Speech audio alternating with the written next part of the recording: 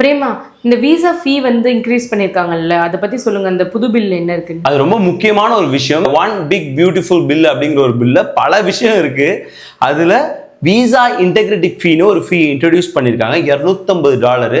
அது நம்ம மக்கள் அதிகம் இருக்கக்கூடிய எல்லா விசாக்கும் அப்ளிகபிள் ஆகுது. அதாவது working visa H1 L1, tourist visa B1 B2, student visa F1, இப்படி நம்ம மக்கள் அதிகமாக இருக்கக்கூடிய விசாக்கு அந்த ஃபீ அப்ளிகபிள் ஆகுது. ஸோ அது என்ன ஃபீ, அதில் வந்து ரீஃபண்ட் கூட பண்ணிக்கலாம். அது எப்படி ரீஃபண்ட் பண்ணலாம், இப்போவே நீங்கள் பண்ணீங்கன்னா அந்த ஃபீயை வந்து அவாய்ட் பண்ணலாம். ஸோ எப்படி ஃபீயை அவாய்ட் பண்ணலாம், இந்த மாதிரி நிறைய யூஸ்ஃபுல்லான ஒரு இன்ஃபர்மேஷன் இந்த வீடியோவில் பார்க்க போகிறோம். ஏகான்ஸ் ஆப்பை பற்றி நான் இன்வெஸ்ட் பண்ண நாள்லேருந்து அதுக்கான அப்டேட் கொடுத்துக்கிட்டு இருக்கேன். லோ ரிஸ்க் நல்ல ரிட்டர்ன். நீங்கள் வந்து ஸ்டாக் மார்க்கெட்டில் இன்வெஸ்ட் பண்ணீங்கன்னா வந்து ஹை ரிஸ்க் ஹை ரிட்டர்ன் நான் ஒத்துக்கிறேன். ஆனால் எல்லாத்தையும் நம்ம ஸ்டாக் மார்க்கெட்டில் போடணும்னு அவசியம் இல்லை. கைண்ட் ஆஃப் மியூச்சுவல் ஃபண்ட் கொஞ்சம் அமௌண்ட் வந்து அதில் போட்டு வைப்போம் அப்படின்னு நினச்சிங்கன்னா ஏகான்ஸ் ஆப் வந்து ஒரு நல்ல ஒரு ஆப்பர்ச்சுனிட்டியை தராங்க. நான் வந்து யூஸ் பண்ணிருக்கேன். அதோட ரிட்டர்ன்ஸுமே உங்க ஸ்கிரீன்லயும் காட்டுறேன். உங்களுக்கு வேணும்னா அந்த லிங்க் வந்து டிஸ்கிரிப்ஷன்லயும் பின்ட் கமெண்ட்ஸ்லயும் இருக்கு. பிளஸ் நீங்க ஃபர்ஸ்ட் டைம் ஜாயின் பண்ணும்போது உங்களுக்கான ரிவார்ட்ஸும் அதுல இருக்கு. Hey guys, welcome back to our channel. வணக்கம் நண்பர்களே, நான் உங்க பிரேம் பேசுறேன். நான் உங்க ஆர்த்தி பேசுறேன். பிரேமா, இது வெறும் டாக்ஸ் பில் தானே சொன்னீங்க, இதுலயே இதெல்லாம் கொண்டு வராங்க? ஆமா, இது டாக்ஸ் பில்லுங்க தாண்டி இந்த பில் எப்படி பார்க்கணும்னா அரசாங்கத்துக்கு எந்தெந்த இடத்துல செலவினங்களை குறைக்கிறது, இல்லை எங்கெங்கெல்லாம் நிறைய செலவு பண்றது, ஒரு பட்ஜெட் பில் மாதிரி பார்த்துக்கோ. இப்போ இந்த விசா இன்டெகிரிட்டி ஃபீ அப்படின்னு வாங்கும்போது அது எங்க போகுதுன்னா அரசாங்கத்தோட கருவூலத்துக்கு தான் போகுது. ஸோ அவங்களுக்கு வரக்கூடிய ஒரு ரெவன்யூவா தான் இதை பார்க்குறேன். மிக முக்கியமான இன்னொரு விஷயமும் சொல்லிடுறேன். இந்த விசா இன்டெகிரிட்டி ஃபீ $250 வந்து ஒரு செக்யூரிட்டி டெபாசிட் அப்படின்னு சொல்லியிருக்காங்க. அதாவது இந்த விசா நீங்க நேர்மையாக இருக்கும்போது உங்களுக்கு இந்த டெபாசிட் திரும்ப வழங்கப்படும் அப்படிங்கிற ஒரு அர்த்தத்துல தான் அது கொள்ளப்படுது. ஸோ இது வந்து கண்டிப்பா வந்து அரசாங்கத்துக்கு ஒரு வருவாயா தான் ஈட்டி தர போகுது. இது விசா இன்டெகிரிட்டி ஃபீ மட்டும் இல்ல, புது I-94 அப்ளிகேஷன் சப்மிட் பண்ணும்போது அதுக்கு ஒரு ஃபீ, ESTA electronic system for travel அதுக்கு ஒரு ஃபீ, அப்புறம் சைனீஸ் டூரிஸ்டர்ஸ்க்கு ஒரு ஸ்பெஷல் ஃபீ கொடுத்திருக்காங்க. ESTA என்னது? அது இந்தியாக்கு உண்டா? ESTA விசானா என்னன்னா வந்து 40 நாடுகளுக்கு ஆல்மோஸ்ட் நினைக்கிறேன், நான் உங்களுக்கு ஸ்கிரீனில் கொடுக்குறேன், அந்த நாடுகளுக்கு இந்த விசா வழங்கப்படுது. அதாவது நீங்க வந்து முன்கூட்டியே B1 B2 விசாலாம் உங்களுக்கு தேவையில்லை. டூரிஸ்ட் ஆர் பிசினஸ் பர்பஸ் வரும்போது இந்த நாடுகளை சேர்ந்த பிரஜைகளாக நீங்க இருக்கும்போது உங்களுக்கு இங்க ESTA கொடுக்கப்படும். 90 நாட்களுக்கு நீங்க வாங்கிட்டு வரலாம். ஸோ அந்த விசா வாங்கும்போது இப்போ அதோட ஃபீயை வந்து இன்க்ரீஸ் பண்ணியிருக்காங்க.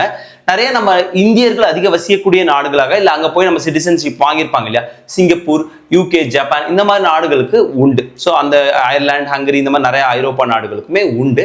ஸோ இந்தியாவுக்கு இது கிடையாது. ஸோ இந்த மாதிரி பல கேட்டகரிஸ்க்கு அவங்க ஃபீயை ஏற்றிருக்காங்க. இதன் மூலியமா அவங்களுக்கு ஒரு ரெவன்யூ வரப்போகுது. ஸோ அதனால தான் இது ரெவன்யூ உள்ள வரப்போகுதுங்கிறதுனால தான் இந்த ஒரு விஷயத்த இந்த பிக் பியூட்டிஃபுல் பில்குள்ள கொண்டு வந்திருக்காங்க. பைடன் கவர்மெண்ட்ல தானே இதே மாதிரி ஒரு விசா ஃபீஸ்லாம் ஏத்துனாங்க. ஆமா, அது ரொம்ப சமீபத்தில் நடந்த ஒரு விஷயம் தான். நான் இன்னொரு விஷயம் சொல்லிடுறேன், எந்த கவர்மெண்ட்ங்கிறது முக்கியம் இல்லை. இனிமே அவங்களுக்கான செலவினங்களை அதிகப்படுத்தும் போது அவங்களுக்கு நிறைய வந்து வருமானம் வரணும் அப்படிங்கும் போது விசா ஃபீயை வைப்பாங்க. ஏன்னா இதுல என்ன சொல்லியிருக்காங்கன்னா இந்த $250 according to the inflation adjust பண்ணப்படும், CPI இண்டெக்ஸ் வச்சு அட்ஜஸ்ட் பண்ணப்படும் சொல்லியிருக்காங்க. ஸோ அது அப்படி பார்க்கும்போது இன்னும் நிறைய விதமான ஃபீயை எதிர்பார்க்கலாம். ஏன்னா இந்த பிக் பியூட்டிஃபுல் பில்ல ஒரு பெரிய விஷயம் என்னன்னா இவங்க கடன் வாங்கக்கூடிய தொகையும் ஏற்றிருக்காங்க.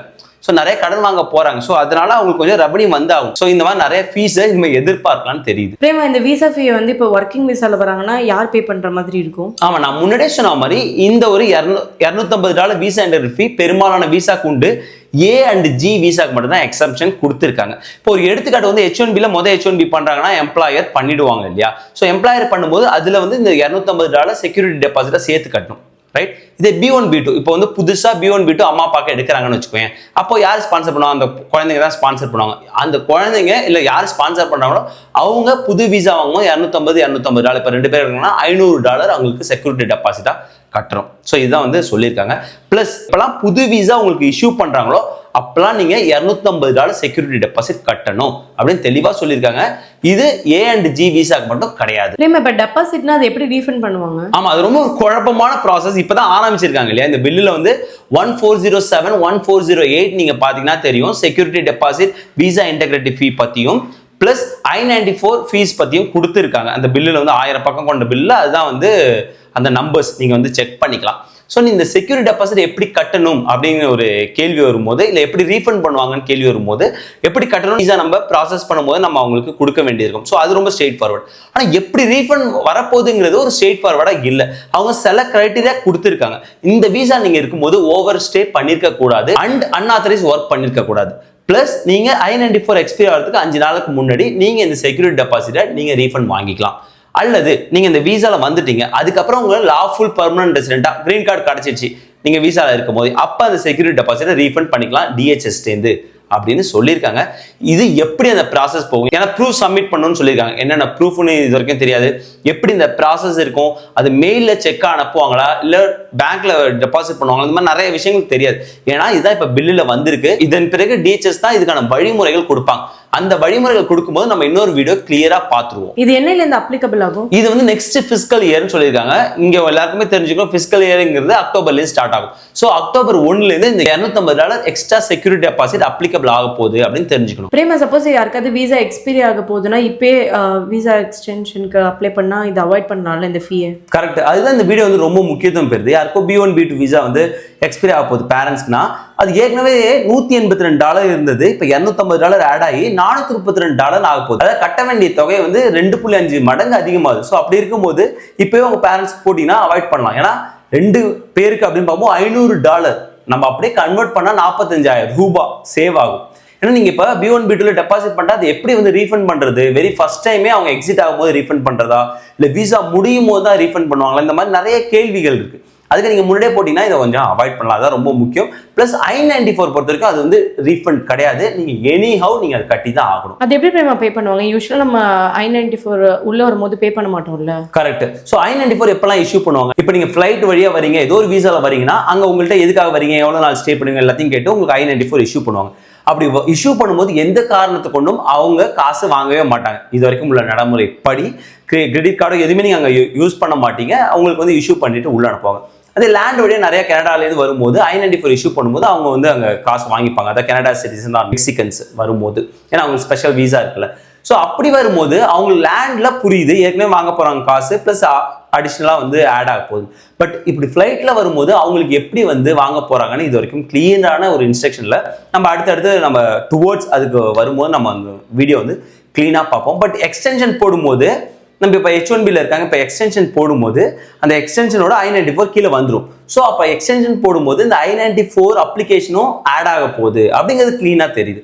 ஒரே விஷயம் தெரியல, ஃப்ளைட்டில் வந்து இறங்கும் போது இந்த I-94 இஷ்யூ பண்ணும்போது எப்படி வந்து அந்த காசை வாங்கிக்க போகிறாங்க. பட் நமக்கு வந்து தெரிஞ்சிடும், அக்டோபருக்கு 1க்கு முன்னாடியே தெரிஞ்சிடும். அப்போ நம்ம வந்து ஒரு கிளீனான ஒரு வீடியோ வந்து போடலாம்.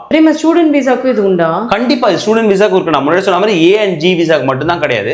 ஸோ ஸ்டூடெண்ட் விசாக்கும் ப்ராசஸ் பண்ணும்போது ஆரம்பத்திலே $250 வாங்கிடுறாங்க. அது வந்து கிளீனா இருக்கு. பட் எப்படி ரீஃபண்ட் பண்ணுவாங்க, ஸோ அதுதான் வந்து அந்த கிளீனா இல்லாத ஒரு விஷயமா இருக்கு ஆர்த்தி. ஸோ அதனால நிறைய பேர் ரீஃபண்ட் வாங்காம கூட போகலாம். 85,000 H1B மட்டும் ஒரு வருஷம் தராங்க. அப்ப 85,000 × $250 அப்படின்னு பார்க்கும்போது $2,12,00,000 வரப்போகுது. அப்படி யோசிச்சு பாரு, ரூபாய் கணக்குல ரொம்ப பெரிய ஒரு தொகையா வரப்போகுது. வெறும் ஒரு சின்ன கேட்டகரிக்கு. இதுக்கப்புறம் வந்து எக்ஸ்டென்ஷன் போடுறவங்க இருக்காங்க, F1 விசா, B1, பெரிய ஒரு அமௌண்ட் வந்து அவங்களுக்கு வரப்போகுது. ஸோ அதனால தான் பண்றாங்க. எவ்வளவு பேர் ரீஃபண்ட் வாங்குவாங்கிறது இது வரைக்கும் தெரியாது. ஏன்னா அந்த ப்ராசஸ் இன்னும் கிளீனாவே இல்லை. என்னென்ன ப்ரூஃப், இப்போ F1 ஒரு ப்ரூஃப் சப்மிட் பண்ணும், H1 ஒரு ப்ரூஃப் சப்மிட் பண்ணும், B1 B2 ஒரு ப்ரூஃப் சப்மிட் பண்ணும், L1 ஒரு விதமான ப்ரூஃப் சப்மிட் பண்ணும். ஸோ அதுவுமே இன்னும் கிளீனா இல்லை.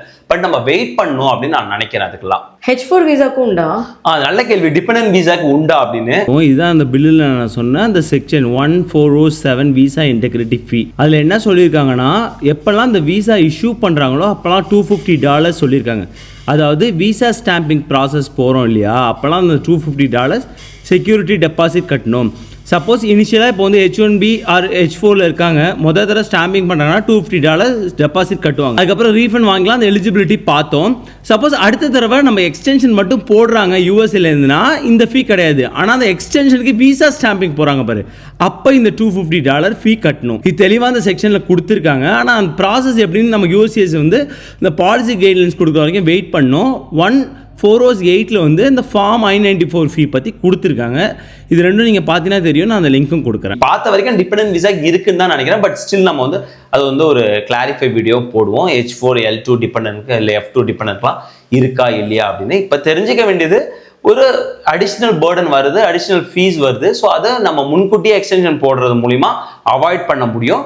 இல்ல அதுக்கப்புறம் நம்ம போட்டோம்னா அது ஒரு செக்யூரிட்டி டெபாசிட் தான், நம்ம ரீஃபண்ட் பண்றதுக்கான ஆப்ஷனும் இருக்கு. அது நம்ம ஃபியூச்சர் வீடியோஸ்ல பார்ப்போம். ஐ ஹோப் உங்களுக்கு இந்த வீடியோ யூஸ்ஃபுல்லா இருக்குன்னு நினைக்கிறேன். மறக்காம நம்மளோட சேனல் லைக் பண்ணுங்க, ஷேர் பண்ணுங்க, சப்ஸ்கிரைப் பண்ணுங்க. மறக்காம அந்த பெல் ஐகானை தட்டி விட்டு போங்க. தேங்க்ஸ் ஃபார் வாட்சிங் திஸ் வீடியோ ஃப்ரெண்ட்ஸ். நன்றி.